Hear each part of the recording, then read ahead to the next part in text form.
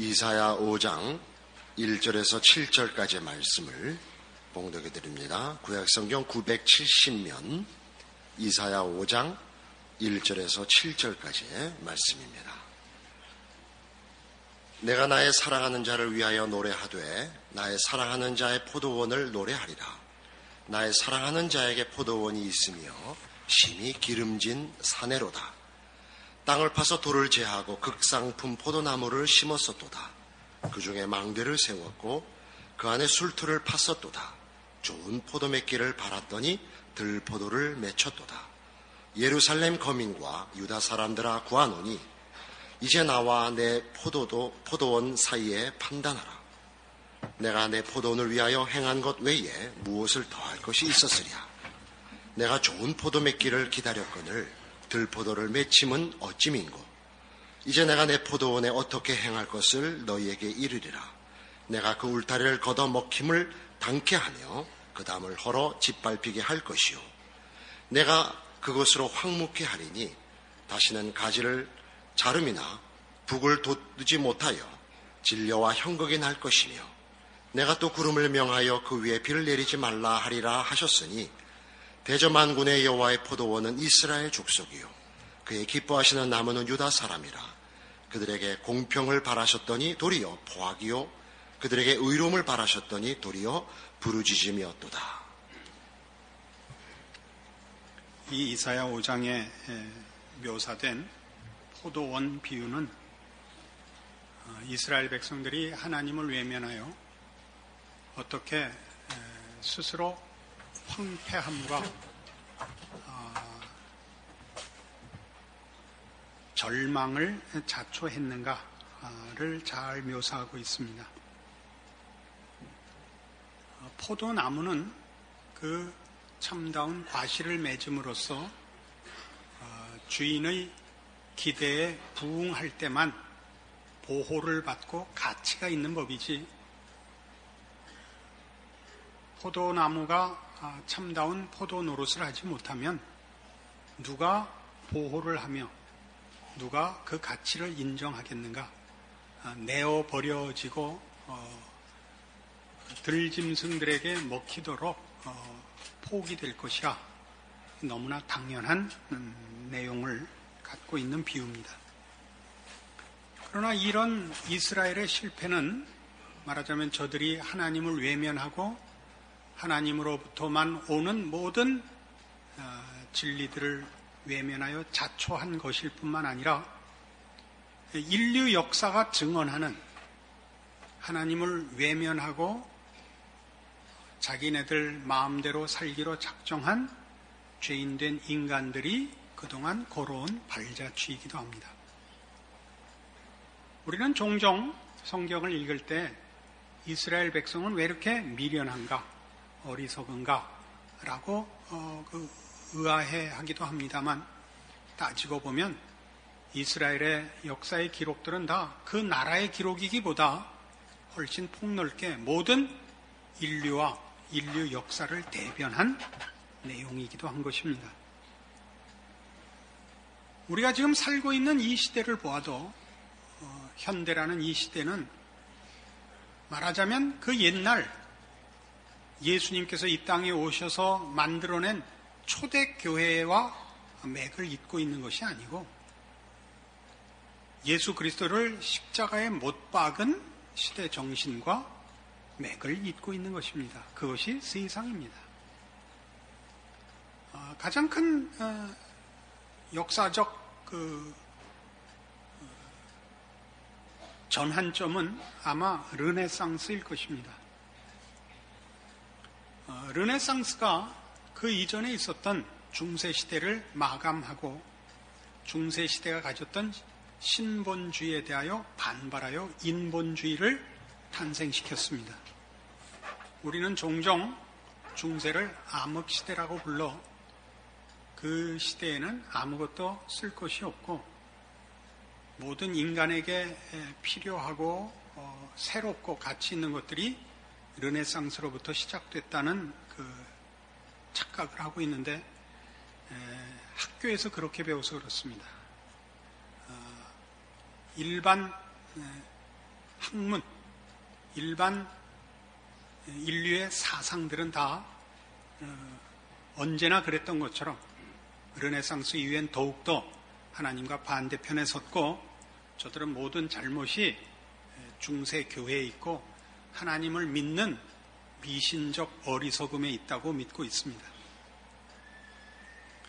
그래서 우리는 르네상스가 사람들에게 비로소 새로운 인간관, 새로운 세계관, 가치 있는 안목을 줬다고 생각하는 오해를 하나의 큰 편견으로 교육받았고, 그렇게 알고 있는 이가 대다수입니다. 그러나 르네상스가 탄생시킨 인생관이나 세계관이나 인간관은 철저히 하나님을 배제한 인본주의적 인간관이고, 그런 차원에서의 세계관일 뿐입니다. 하나의 관이죠. 무엇이 맞느냐 하는 것은 사실은 더 심사숙고해야 할 문제입니다. 인본주의는 물론 신본주의와 대립하는 것이요, 인간을 모든 사물의 중심에 두는 사상입니다. 인간은 그 자신이 척도이며 자율적이며 전적으로 독립적이라는 신념의 체계입니다. 그러나 이런 식의 반발은 사실은 중세 교회가 저지른 어떤 부작용의 반발로 그 기폭제가 되어서 생겨난 것이긴 합니다만, 뿌리 깊게는 언제나 하나님을 반대하는 인간의 죄성의 당연한 반발입니다. 중세 교회가 가졌던 가장 큰 실패는 교회의 권위를 성경 위에 놓은 것이었습니다. 그래서 그 잘못을 시정한 것이 종교개혁입니다. 종교개혁은 다시 성경을 최고의 권위로 두고 그 권위 위에 교회를 세우는 통일된 신앙 체계를 확립한 것이 종교개혁입니다. 이런 정당한 개혁을 이루지 않고 중세교회의 오류들과 미흡한 점을 빌미로 삼아 언제나 마음에 갖고 있던 하나님을 향한 반역을 시도하고, 그 반역을 큰 소리로 외치고 시작한 것이 르네상스일 뿐입니다. 이 인본주의가 가장 크게 고양됐던 계몽주의 시대에 유토피아적 5가지 희망이 있습니다. 그 5가지 희망의 내용이 뭐냐 하면 이성, 자연, 행복, 진보, 자유입니다. 이 계몽주의가 소원했던 5가지 유토피아적 희망사항은 철저히 세속적인 것입니다. 여기서 말하는 세속적이라는 것은 윤리도덕적 세속적이라가 아니라 하나님을 배제하고 인간이 만들어내는 낙원을 의미합니다. 그러나 인간이 그 자신을 신으로 삼고 주인으로 삼아서 추구하려는 이런 유토피아적 희망들은 오늘날 다 실패했다는 것을 우리가 알고 있습니다. 왜냐하면 인본주의의 치명적 약점 때문에 그렇습니다.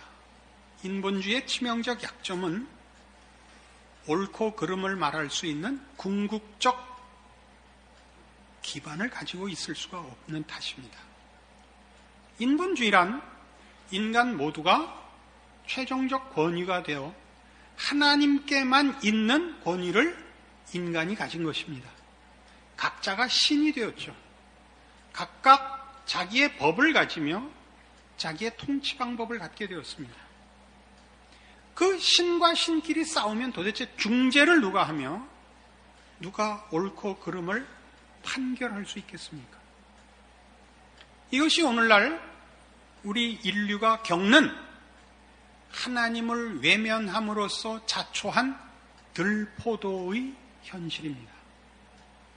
우리 모두는 인간의 존엄함을 외치며 가능성을 꿈으로 갖고 있고 신이 되었으나 우리는 아무것도 할 수가 없는 것입니다. 왜요?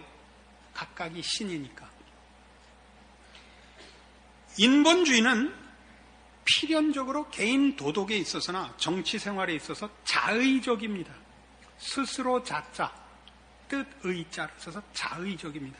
각자가 신이니까요. 각각 자기의 법과 자기의 욕심을 갖고 있습니다. 그러면 이 서로 신인, 그래서 서로 최고의 권위를 주장하는 서로가 충돌을 할 때 그것을 중재하거나 심판할 아무런 기반도 방법도 존재도 만들어낼 수가 없고, 그래서 우리는 신이 되었으나 아무하고도 화해할 수 없고 아무하고도 손잡고 무엇을 만들어낼 수 없는 다수 속에서의 고독을 느낄 수밖에 없게 되었습니다. 이게 성경이 말하는 들포도입니다.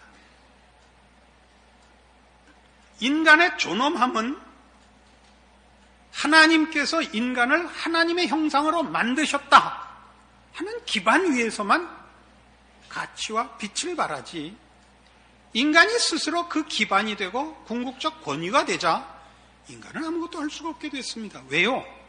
인간은 포도나무인 탓입니다. 그가 시냇가에 심기우지 아니하면 우리 시편 1편을 인용했던 것처럼 악인은 그렇지 않으며 오직 바람에 나는 겨와 같도다. 이 상황을 벗어날 방법이 없습니다. 하나님만이 우리를 참으로 포도나무 되게 하실 수 있습니다. 그러나 우리는 그것을 거부했고 신이 되어 들포도가 되었고 참다운 결실을 가지지 못하는 사실상 그냥 헛개비가 되고 마른 것입니다. 성경은 우리에게 절대적인 기준과 기반을 제공합니다. 우리는 거기서만 옳고 그름을 분간할 수 있고 가치를 세울 절대적인 기반을 갖습니다. 이런 성경의 예를 보십시오. 예수님께서는 나사로의 무덤에서 우십니다. 왜 우셨는가? 예수님이 늦게 도착하신 것에 대하여 자책하신 건가? 아닙니다. 예수님이 우신 것은 죽음의 비정상성에 대한 분노입니다. 하나님은 인간을 사망과 파멸의 이 내용으로나 대상으로 삼지 않았습니다. 하나님은 인간을 존엄하게 하나님의 형상대로 지으셨고 생육하여 번성하도록 복주셨습니다. 그러나 하나님을 떠난 인간이 죄로 말미암아 사망을 자초했습니다. 그 비극을, 그 비정상을 예수님께서 분노하시는 것입니다. 여기에 성경과 인본주의의 극단적인 대조가 있죠. 아무것도 만들 기준과 기반을 갖지 못했으면서 신이라 외치는 이 허구 속에서 우리는 사실 스스로를 속이고 살고 있습니다. 이 현대 문명이 만들어낸 허구들을 보십시오. 어떻게 치장을 해도, 어떻게 핑계를 대도 채울 수 없는 영혼의 갈증과 그 무의미함과 그 가벼운 존재의 그 안타까움을 메꿀 길이 없지 않습니까? 인류가 선택해서 자초한 자리입니다.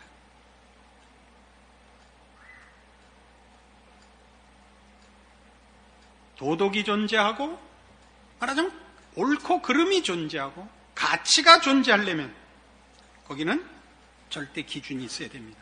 절대자가 있어야 됩니다. 포도나무를 키우시는 주인이 있어야 되고 포도나무를 알맞게 결실시키는 농부가 있어야 됩니다. 요한복음 15장에 가보십시오.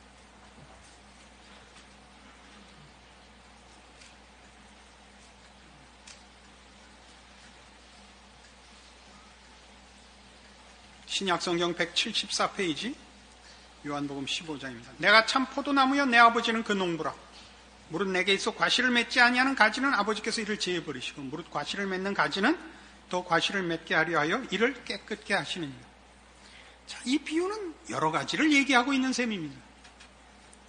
우리의 하나님만이 우리라는 포도나무를 심으실 수 있고 영양을 공급하여 결실케 하며 그 결실이 참답게 되기 위하여 우리를 가꾸실 수 있는 분입니다.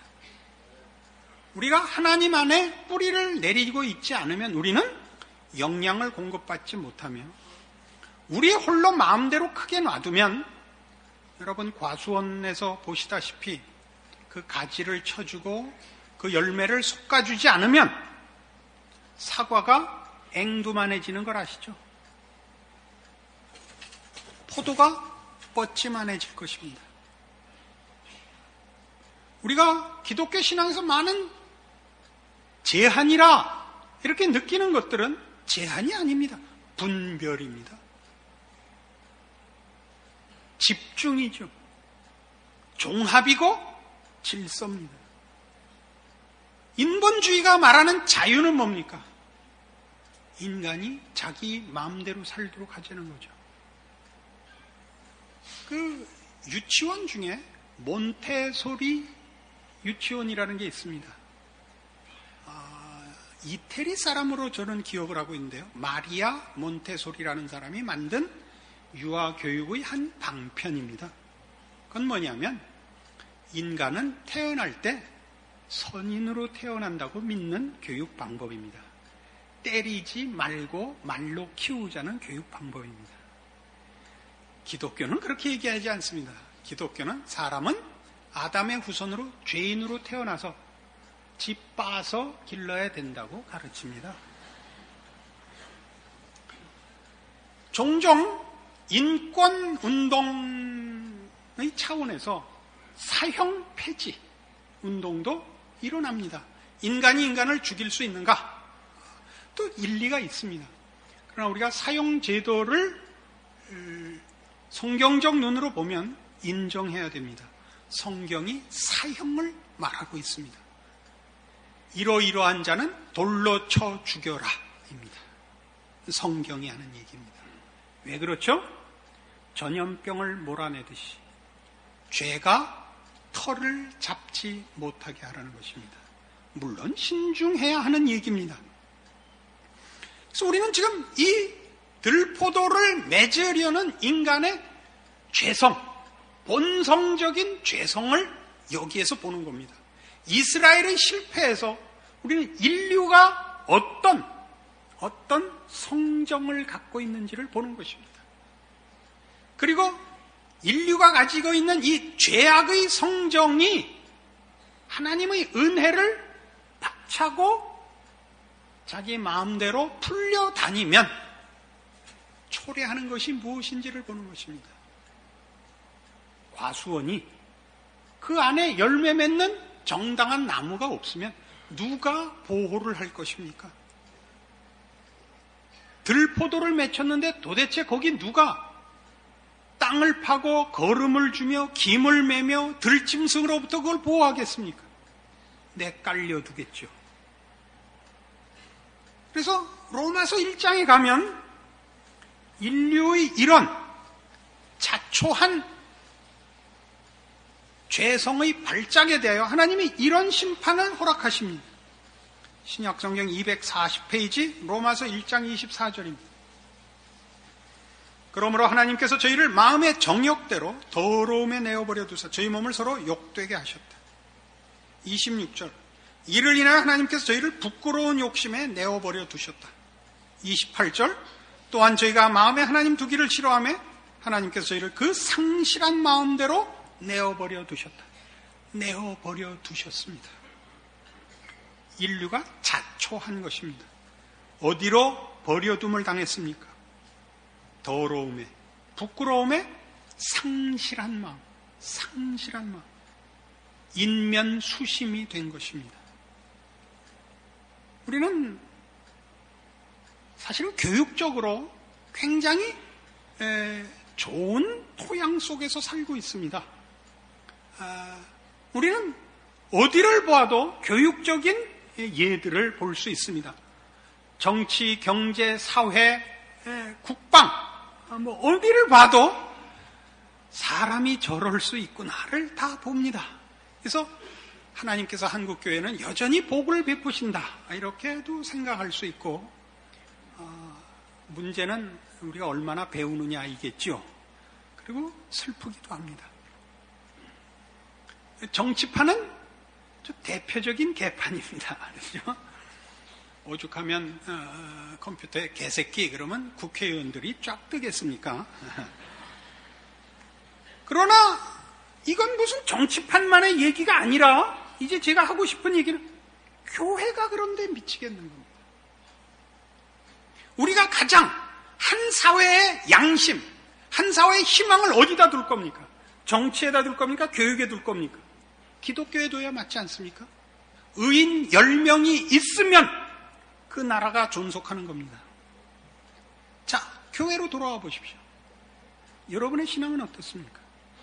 우리의 지금 한국교회 신앙의 양태는 참다운 포도나무 노릇을 하지 않고, 참다운 포도나무라는 것은 그게 참다운 포도나무면 참 포도를 결실해야 됩니다.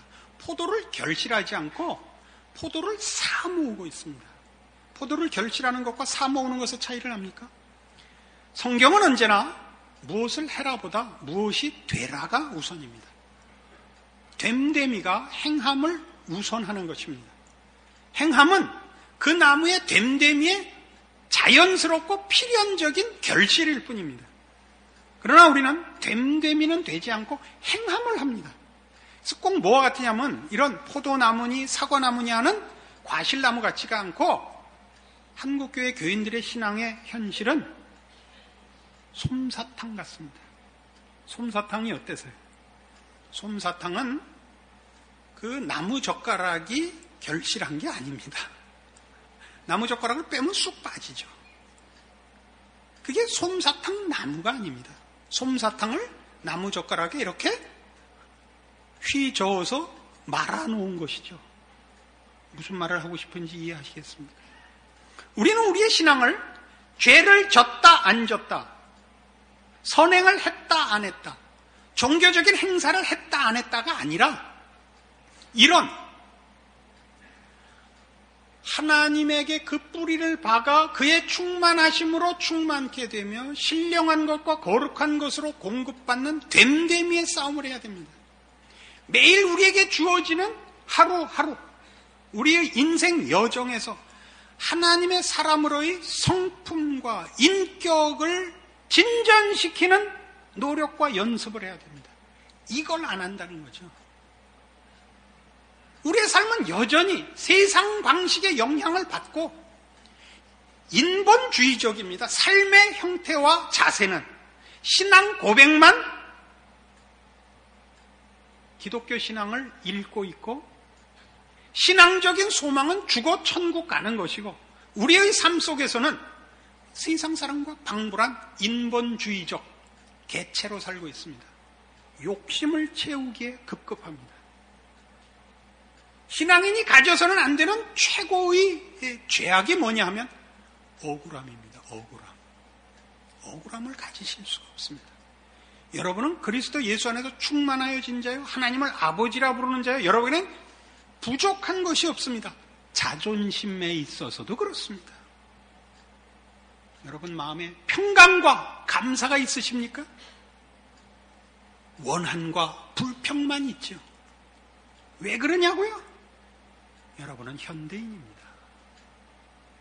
여러분은 신앙과 현대적 사상 속에서 사실은 이중생활을 하고 계시는 겁니다. 기독교인이 된다는 것은 바로 이런 차원에서의 근본적인 단절, 근본적인 선택이 있어야 됩니다. 골로새서 3장에 가시면 여러 번 인용했던 이런 유명한 성경 구절이 나옵니다. 신약성경 327페이지 골로새 3장 12절입니다.